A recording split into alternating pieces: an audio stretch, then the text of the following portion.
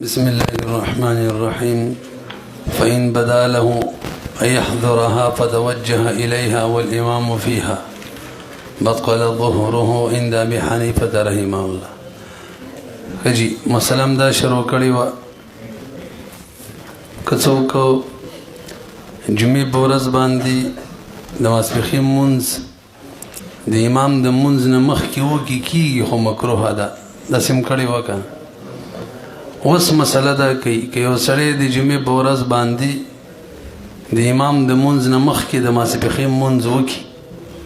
او بیړه کې راشي چې بس زما جمعې منځ کې شرکت کوم نو د امام صاحب رحمه الله رایې دا ده چې څنګه جمعې منځ طرف ته روان شي ماسپخین منځ یې ختم شو نو که جمعې منځ یې ونیولو ډېره ښه ده کنې ماسپخین منځ به دوباره کوي او صاحبین فرمایي چې جمعې منځ ماسپخین منځ به هله ختمیږي چې باقاعده جمعې منځ کې شرکت وکړي تر څو چې شرکت نه یې کړی تر هغې د ماسپخین منځ صرف په سعی باندې نه ختمیږي بیا هم که پوه شئ مخکې ځو که نه اوس تاسو وګورئ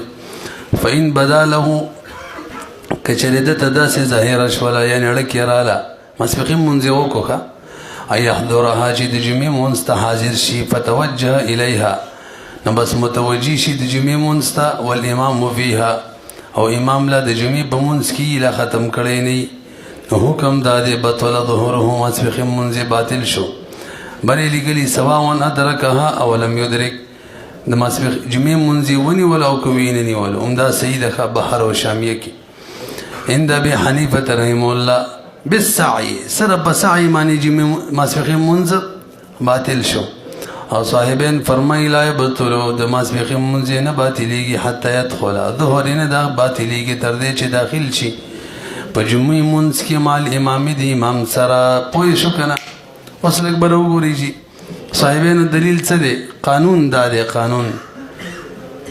چې یو ادنا شی په اعلی ماتیږي ختمیږي خو اعلی چې دی دا په ادنا باندې نه ختمیږي مسله یاده شوله اعلی په ادنا باندې نه ختمیږي نو سعی د جمعې منځ دپاره دا ادنا ده او د ماسپخین منځ چې دی هغه منځ دی هغه اعلی دی نو په سعی باندې د ماسپخین منځ څنګه ختمي که په سعی باندې د ماسپخین منځ ختمي نو دا به اعلی ختم شي په ادنا او دا نه ده صحیح ماسپخین منځ ولې اعلی دی هغې کې حسن لعینه دی اسفرات دی حسن لعینه م ویلی که نه او سعی کې خو حسن لغیره دی منډې ویلی کې خو څه حسن نشته دی د غیر د وجې نه پکې حسن دی چې جمعې منځ رانیسي او حسن لعینه اولای د حسن لغیره نه نو د لغیره ادنا په وجه سعی په وجه اعلی لعینه منځ څنګه باطلې پوه شو پې که نه وګورئ لأن او باقی د جمعې منځ د جمعې په ورځ باندې اعلی دی نو که هغه یې ونیولو ټیک دی بیا به د ماسپخین منځ څه شي مات شي لأن سعی چې دا دون الظهر د ماسپخین نه کم ده لأنه حسن لمانا فی غیره لاندې لیکلي فلا ينقضه نه ماتوي دی لره نه دا سعی نه ماتوي ماسپخین لره بعد تمامه پس د هغې نه چې ماسپخین منځ تام شوی هم وي بری بلیکلی لأن الادنى لا ينقض الاعلى لا ينقض الاعلى لا سيما بعد تمامه خنو جمعې منځ چې ونیو بیا ولې ماسپخین منځ ماتیږي وی والجمعة فوقها جمعه خو د ماسپخین منځ نه بره ده که نه صلاة ظهر نه څه ده بره نو فینقضها جمعې منځ چې دی دا ماتوي د ماسپخین منځ ورسېدلی پې صاحبین وی د دې داسې مثال لی تشه سعی چې سړی کوي وصاره کما اذا توجه بعد الفراغ الامامي چې کله د جمعې منځ نه امام فارغ شوی او یو سړي ماسپخین منځ کړی د جمعې د منځ نه امام فارغ شوی هغې نه پس جومات ته روان شي نو بیا د ماسپخین منځ نه باطلېږي ماسپخین منځ یې کړی امام د جمعې منځ هم کړی د هغې نه پس جومات ته روان شي نو ماسپخین منځ نه باطلېږي دقه شان په سعی باندې نه باطلېږي تر څو چې جمعې منځ کې شریک شوی نه وي وصاره کما دا سړی ګرځي په شان دغه کس اذا توجه چې کله هغه متوجه شي بعد فراغ الامام بس د امام د فراغت نه نو د ماسپخین منځ نه باطلېږي وله د امام صاحب دلیل دارې بر وګورئ امام صاحب څه وایي دا سعی چې ده دا د خصایص جمعې نه ده دا د لوازماتو او خصایصو چا نه ده جمعې نه ده نو په حکم د چا کې شول جمعه کې نه جمعې نیولو په وجه ماسپخین ماتیږي کنه نو په خصائص د جمعې باندې به هم ماتیږي دا رسېږي دا قاعده ده ما يختص بشيء ينزل منزله الشيء یو شی چې چا پورې خاص وي نو دغه شی په حکم کې نو سعی خاص ته چا پورې جمعې پورې نو په حکم د چا کې ده جمعه کې نو جمعه نیولو باندې ماسپخین ماتیږي کنه نو په سعی معنی به ماتیږي لاندې مقیده لیکلي لأن الاعلى ينتقد کم دی هم دغه ده کوم چې لاندې نقطه کې لیکلي ولو د امام صاحب دلیل لري ان السعي الى الجمعه من خصائص الجمعه دا د جمعې د خصائصونه ده ولاندې ما يختص بالشيء ينزل منزله الشيء احتياطا والنازل منزله الشيء له حكم ذلك الشيء کوم شی چې د کوم شی په حکم کې راغوشي بس به دغه په حکم کې وینو سعي د جمعې په حکم کې شولا فينزلون ذا برا کوزيږي د سعي منزله ده په منزله د جمعې په حق د ارتفاع د ظهر کې په ختمېدلو د ماسپخین کې احتیاطاً بداسې کو بخلاف ما بعد الفراغ من هذا غین جواب کوي هغه دام ویلو کنه ګویا چې د سیدی لکه جمعې امام کړي غین پس روان شي د سی ویلو بای دا غین پس کما سعی ده د امام د جمعې د منځ کولو نه پس چې کما سعی ده خو جمعې نه ده ناغه د جمعې د خصایص هم نشوله پغې ځکه نه ماتيږي ماسپخین بخلاف ما په خلاف دغه صورت کې بعد الفراغ منها چې دا سړی سعی وکړي پس د فراغت د امام د جمعې نه لأنه ليس بسعي إليها ځکه دغه صورت کې دا سعی جمعې مونږ ته نه ده نو تاسو پوهېږئ اصل کې تفریعات شروع دي ښه درې تفریعات وشروع علی شرایط الوجوب چې د جمعې دپاره د وجوب کوم شرایط دي په هغې باندې پنځه تفریعات نو څه وشو درې څلورمه تفریع کرهات ظهر المعذورین بالجماعه لږ به وګورئ معذور خلق چا معنی چې د جمعې مونځ نه دی فرض هغه د ماسپخین مونځ به کوي خو ځان له به کوي که په جمع باندې ماسپخین مونځ کوي مکروه ده داسې نه چې غیر معذور ورسره ملګري شي او د جمعې په مونځ کې د خلکو خلل پیدا شي پوه نه شولې پې معذور خلک داسې وایه چا باندې چې د جمعې مونځ نه دی فرض هغه د ماسپخین مونځ د ځان له ځان له کوي که په جمع سره کوي کېږي خو ګورئ دا کار مکروه دی وګورئ ویکرهو مکروه ده یصلی المعذورون چې مونځ کوي معذوران الظهر د ماسپخین بجماعت په جماعت سره ال مکروه ده او د جمعې په ورځې کوي او فی المصر بخار کې یعنی کوم ځای کې چې د جمعې منفرض یلته ها که په کلو کې کوي کوم ځای کې چې د جمعې منفرض نه وي د ماسپخین منجمع سره کوي ټیک ده بس وکذا اهل السجن دغه شان د قید والا خلک چې دي خار کې قید خانه ده هغه معذور دي جمعې مول نه شتللې نو ماسپخین مون دي په جمع باندې نه کوي داسې نه چې کوم قیدین نه دي اور سره پکې شریکېږي او جمعې مونځ کې به نقصان شي خلک به نه راځي وجه بیانې لما فيه من الاخلال بالجمعه ځکه به دې کې خلل راځي په جمعه کې اذ هي جامعه للجماعات جمعې مونځ چې دا جمع کوونکي ګڼ جماعتونه هغه جماعت خلک هم راځي جمعې ملا هغه هم راځي هغه هم راځي هغه هم راځي نو یو غټ جماعت جوړ شي او که معذورین خپل جمع کوي به دغه شان غټ جماعت نه جوړیږي خلک به نه راځي والمعذور چې خپل وای کنه قد یقتدي به غیره کله کله د پورې اقتدا کوي څوک کوي غیر معذور چا باندې چې جمعې د حاضرېدل واجب فرض بخلاف اهل السواد هذا خبرم کړی و که څوک د کلو والی چې هلته جمعې مون نه وي پس هغه بیا د ماسپخین مونځ په جمع سره کولی شي لأنه لا جمعة عليهم فهم من جمعة اشتدين أنه تخلل خبرتي ختم شو ولو صلى قوما أجزاءهم خدا خبر من کړي وکوي کله کیږي مونږ ماسپخین مونږ کیږي ځکه د مونږ کوم شرایط دی هغه موجود دي ماسپخین مونږ د ټیمې داخل له استجماعي شرایط دي ځکه چې جمعي شرایط د مونږ د ظهر ورسېدل به پنځمه اخري تفریح تاسو ګورئ که یو سړی د جمعې په مونځ کې د امام سره حاضر شو نو بس امام په شروع کې د قرات شروع کړي اعلانې دې شروع کړي او که یو رکعت امام کړي دې بدویم کې شامل شو بهر حل حکم دار بس نیت دې ور سره وکي ور سره ملګری دي چې جمعې مونځ صحیح دي باقي کوم رکعت ته تل ور سره راو ګرځي څنګه چې عام طور خلک را ګرځي ټول پوه شو ها که داسې یو صورت و اوس اختلاف پکې واورئ د شیخینو رایې دا ده چې امام دویم رکعت کې د رکوع نه راوچت شوی دی یعنی دویم رکعت کې رکعت تلی دی او چا دغه وخت کې امام سره شرکت وکړو یا یې قاعده کې ورسره وکړو اخیره قاعده د 2 رکعتو نه پس نو هم حکم دا دی چې بس جمعې مونځ وموندلو د جمعې نیت دې وکړي امام چې کله سلام واړو خپل بقیه رکعتونو ته دې پاڅېږي جمعې مونځ به کوي امام محمد رحم الله فرمایي کچری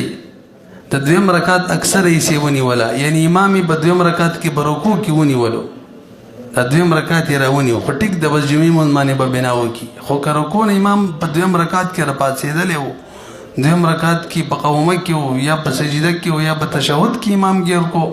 ورسره شریک بشي خو ګوره د ماسپښین مونځ په نیت باندې جمعې مونځ ته لاړی البته داسې به کوي چې کله خپل مونځ ته پاڅېږي 2 رکعته به وکړي هغې نه بس به قاعده وکړي کېدای شي جمعې مونځ صحیح او د اخرې قاعده یي نو بس خامخا به وکړي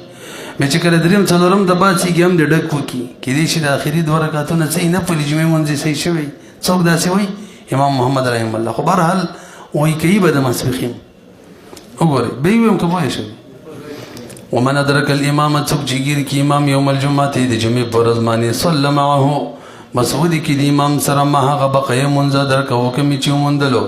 وبناو بنا به وکړي علیها په دغه مونځ باندې الجمعه د جمعې یعنې جمعې مونځ به حساب کړي کوم رکعتونه دلي و به د جمعې دپاره وکړي لقول علیه السلام نبی علیه السلام فرمایي ما ادرکتم کوم مونځ چې داسې ونیولو بس فصلو وی کوي وما فاتکم کم چې درنه فوت شي فقدو قضا یې راوړئ وروسته یې وکړي د امام نه پس دا بل صورت دا خو اتفاقي و وان کان قد ادرکه که امام یې وموندلی په تشهد کې او فی سجود السهو کې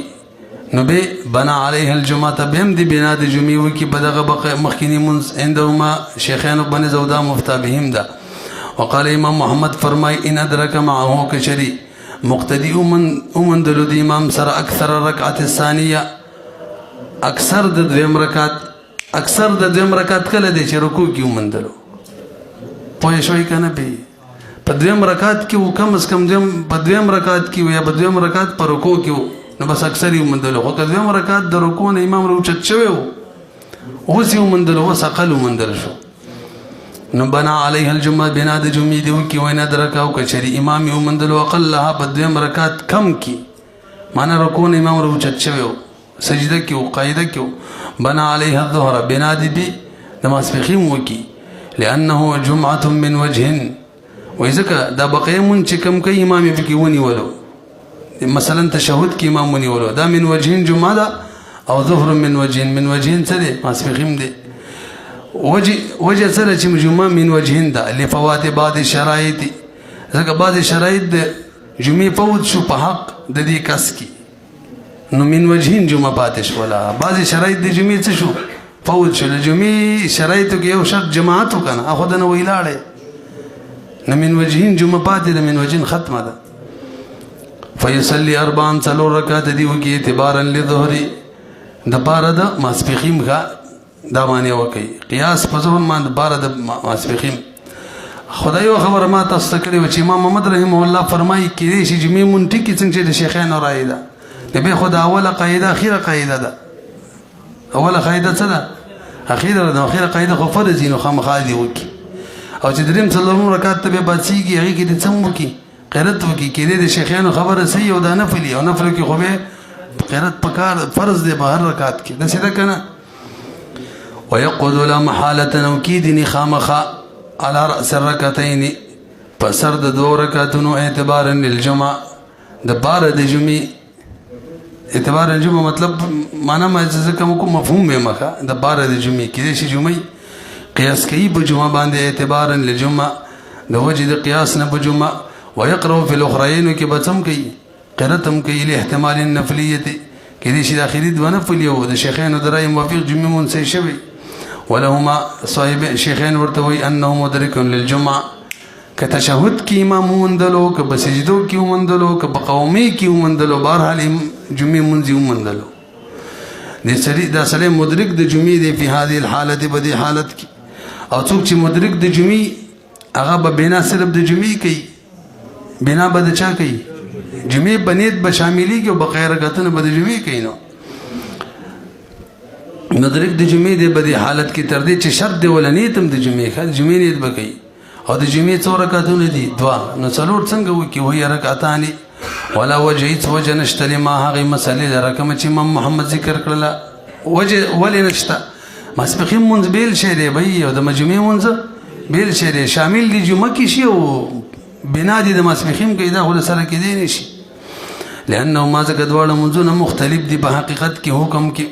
فلا يبنى احدهما بنا کېدلی نه شي د دې دواړو نه یو علی تحریمة الاخر په تحریمې د بل تحریمې د جمعې تړلي او پوره دي کې د ماسپښین داسې نه شي کېدلی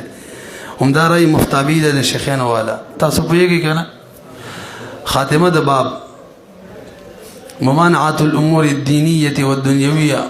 بعد خروج الامام تاسو ګورئ کله چې امام روزي خطبې دپاره اوس دینی امور هم منې دي نفل نشي کولی دغه شان نور څه دی تلاوت ملاوت هر څه بند او دنیوي امور هم منې دي خبرې اترې خوراک پراک هر څه بند چې امام د خطبې دپاره راوځي بس هر څه بند شو حدیث کې راځي فلا طعام فلا صلاة ولا کلامه نه مونځ کولی شي او نه خبرې ګورئ واذا خرج الامام کله چې امام راوځي یوم الجمعه جمعې په ورځ باندې ترک الناس الصلاة والکلام لا خطبه کې نه دی شروع به هم څنګه چې راووتلو خلک به پرېږدي مونځ او خبرې حتی یفرغ من خطبته تر دې چې د خطبې نه فارغ شي خو یاد ساتئ لکه دا خطبه را یادوي کومه چې عربۍ کې موږ کوو تقریر د پښتو تقریر نه یادوو هغې کې دا خبره نشته خطبه یادوي قال رضی الله عنه صاحب د هدایې فرمایي وهذا عند ابي حنیفه رحمه الله دا رایې چې کوم ذکر شوله دا د چا ده امام صاحب او دا مفتابهم د لږ بر وګورئ د صاحبانو رایې دا ده چې تر څو خطبه نه شروع تر هغې خبرې یا نفل تلاوت څوک کوي ذکر و اذکار کولی شي هسې راووتلو خو لا خطبه نه ده شروع بیا چې کله د خطبې نه فارغ شو که نه او لا په مونځ کې شروع نه ده کړی څه مې ویل خطبې نه مونځ کې شروع نه ده کړې هغه وخت کې که څوک تلاوت کې خبرې کوي کولی شي او امام صاحب وایي څنګه چې راووتلو تر مونځ تر اخرې پورې نور هېڅ هم نشي کولی وهذا عند ابي حنيفه رحمه الله وقال صاحبا فرمى لا باس بالكلام سباق نشته که خبرې کوي اذا خرج الامام چې هغه وخت کې چې امام راوتی وي خو قبل ان يخطب لا خطبه نه شروع کړي واذا دغه شان واذا نزل چې منبر نه راکوشي خطیب قبل ان يكبر خلا تکبیر تحریمه نه کړي دا مې ویل کنه دې کې مرڅ کولی شي وجه دا ده لان الكراهه هغه کراهت د خبرو اترو د مونځ د ذکر او اذکار د څه د وجه نه دی چې خطبې په اورېدلو کې خلل رانی شي نه چې خطبه لا نه شروع به خلل راځي یا خطبه ختم شي به خلل راځي بس به باکم نشته دی وګورئ لأن الكراهت چې لاخلال دا للاخلال لیکنه للاخلال دا د بار د خلل بفرض الاستماع چې خلل رانی شي پاغه فرضي په اوریدلو کې اوریدل خو واجب فرض دی پاغه کې خلل رانی شي ولا استماعها وانا په دې صورتونو کې استماع نشته چې لا راوته یو خوشرونی کړي او یا واپس را کوشوي البته مونږ باندې کوي چې راوته مونږ باندې کوي مقتدین ښه ځکه کومونځ کې شروع وکړه نو مونږ خو ډیر ټیم اخلي امام خدای خطبه لپاره به منبر ته خيږي خطبه شروع کوي امام به خطبه کوي هغه بل په مونږ کې دغه شان چې امام د خطبې نه راکوشو مونږ باندې د شروع نه کې ځکه اوس امام په فرض کې ودري کې او دا لګي سنت کې یا نفل کې دا باندې کوي ځکه چې مونږ وګد وی او به خطبه به شروع یو دا بل په مونږ کې یا به امام په مونږ کې شروع یو دا بل په نفل سنت کې امام سے ورته وی خبریم دنه کې ځکه خبریم کله کله وګديږي د سینه خبره نه ختمه ول د امام خطبه شروع کی خبرې لانی ختم امام هغه فرض مونږ کې ودرېږي خبرې خزر چې د ختمېږي پوهېږئ وګورئ بخلاف الصلاة من بنه کوي صاحبان وی لانها منچره قد تمتد کله وګديږي د سینه چې په فرض استمتاع کې خلل جوړ کی ولې ابي حنیفه رحمه الله امام صاحب د بار قول د نبی علیہ الصلوۃ والسلام دی اذا خرج الامام کله چې امام روزي فلا صلاه ولا کلام نبی منشتره او نبی خبر اشته باندې کې من غیر فصل دای نه دی ویلي چې خطبه شروعي الا چلانی شروع نه کولې شي او یا د منبر نه راکوشي کولې شي دا ویلي نغتر 60 ماده خټولو ته یاد ده کنه المطلق یجري الا ولأن الكلام من ودوايو كلام چې دا هم قد يمتد طبعا وګديږي کنه زر خبر لانی خدمه فاشبه الصلاه. نو په دې مسله کې چې فرضي استماع کې خلل پیدا کوي د چا مشابه شو د منځ پوه شو. وجوب السعي بعد الاذان الاول لکبر وګورئ فسعوا امر صيغه ده الله پاک فرمایي فسعوا الى ذكر الله سعي وکي خطبه اوریدل د پاره جمی من د پاره فسعوا دا سعي واجب د یاد ساتي. نو کوم شي چې بسعي کې خلل پیدا کولو کنه هغه په واجب کې خلل پیدا کوي هغه کار هغه شی به مکروه وي. نو که اذان اول وشو اذا نودي للصلاه اذان اول د جمعې وشو کنه نو هر هغه کار وس مکروه دی کم چې پسای کې خلل پیدا کوي سبا کې بس تیارې بشرو کې تیارې چې صدا کاغه ودس کې کار څه کې دغه بجایزي ان علاوه کتبیا کې ک شرا کې ک اجاری کې ک نور څه کارونه کې خبرې اترې کې ټول مکروه دي رسېبي. واذا اذن المؤذنون تغدي کنه کله چې اذان وکي اذان کوونکی الاذان الاول اول اذان نترك الناس البيع والشراء خلق ببريدي بيع وشراء لاندې لیکلي اراد به كل عمل ينافي السعي هر عمل چې د سعي منافي دی ټول ته مراد دي. بيع ذکر کړل چې آیات کې بيع راغلي وذروا البيع وتوجهوا خلق ومتوجه شجميت لقوله تعالى فاسعوا الى ذكر الله جلتي وکید الله ذکر ته وذروا البيع بيع پریدي پوه شولې به یاد ساتي ښا د جمعې دو اذان کنه نه دا هر څه چې مکروهي کی په کوم اذان منی پاول دې د وجه نه بهتره دی ډیر مخکې مکه په خلکو باندې هر څه مکروه کوي بلکې خسرت ادارې خسرت چې بوختو تقریر کله امام ختم کی هغه نه بس سنت کوي کنه دغه وخت کې اذان اول وکي به دې سنت وکي به چربازي کی به دې دوه اذان وکي او ترې چې احمد ابراهيم الله دا سلی کلی اگر چې حضرت شیخ الاسلام په دې طریقه باندې یو قسم رد غونډه کوم کړي چې توارث تاسو نه دی جاری تاسو راځي خو بهرحال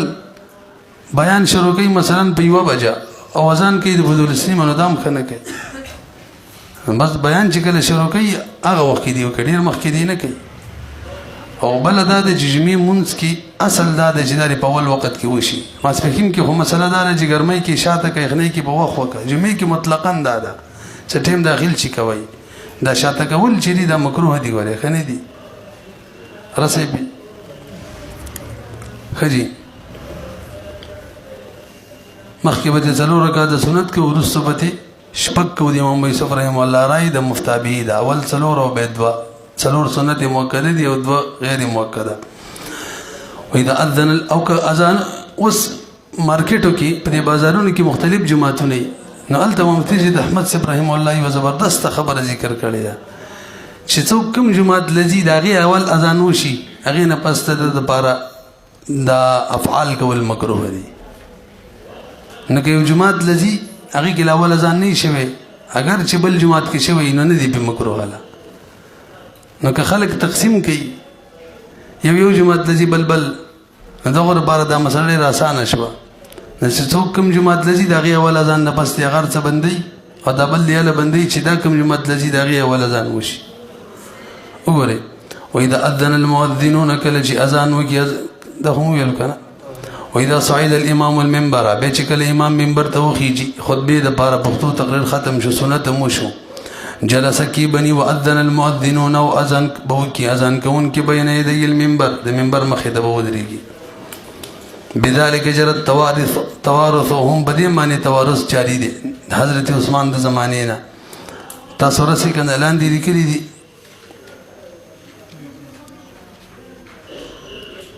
خدي مخکې راځي وایو ولم يكن على هدي رسول الله الا هذا الاذان د نبی له سلام په زمانه کې صرف دا اذانو د منبر مخې ته چکیدلو د حضرت عمر په زمانه کې د حضرت ابوبکر درې وړو حضرت عثمان په زمانه کې د بل اذان اول اذان شروع شو ولم يكن على هدي رسول الله نو د نبی له سلام په زمانه کې الا هذا الاذان مگر دقه اذانو کم یو یادای دا کم شي دا دویم اذان چې ته مونږ وایو ولهذا قيل دي د وجنا ویل شو یعنی امام توحوی دا خبره کړی دا چې دا کراهت کله پیدا کیږي د دویم اذان نه بس اول نه نو وی هو المعتبر في وجوب السعي هم دقه معتبر دي په وجوب سعی کې د دې اذان نه بس سعی واجبېږي. موږ وایي دې اذان نه بس خو لنډه خطبه د جمعې مونځ دی بیا چې ته راځې جمع به نه شوي او حرمت د بیې هم د دې نه بس راځي. خو اصح دا ده چې ان المعتبر هو الاول کوم اذان مراد دی اول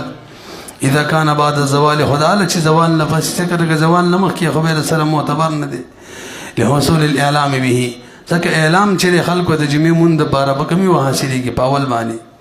او بیا تاسو ثبت ده لکه د کراهت چې به بیې کړي به اجاره کړي د اذان اول نه بس د کراهت کم یو دی تحریمي دی فساد نه دی لیکن قبح ده ولغیره ده او مجاوره ده یادم دي کنه قبیح کم یو دی لغیره دی او غیر وصف لازم نه دی بلکې وصف مجاور دی کلی کلنی کته جمیمون لم رواني او بیا کې خلم دی نو وس قبح شته او که بیا نه کې په بل څه کې مصروف وي نو بیا نشته دی او قبح هغه الریډي شته دی عبد الحی لکنوی رحم الله یو څو مسلې لیکلي دي تاسو ته زر زر وخت شي هغه کې یو دا چې خطبه په منبر ویل معنی دا سنت دی د ځینې خلک منبر نه راکوزیږي خطبه وایي دا صحیح نه کوي یې دا کړی. دریم کله چې امام منبر ته وخیږي بیا سلام اچي خطبې دپاره دا وایي نشته دی دوه شو که نه. او دریم قرت د خطبې ځینې خلک فارسی کې کوي اشعار وایي دا هم وایي ښه نه کوي د صحابیانو د رای موافق خو بیخي نه صحیح کېږي. څو شو درې څلورم چې کله نبی علیه صلات وسلام باندې خطبه وایي په خطبه کې درود وایي نو ښي طرف ګس طرف د مخ اړوي مسجد نبوي کې وایي دا نشته دی مسجد نبوي کې چې وایي ښه. څلور شو. پنځم بعضې خطبه په خطبه ثانیه کې حضرت حمزه رضی الله عنه په نوم باندې الف لام داخلي وایي دا غلط کوي. شپږم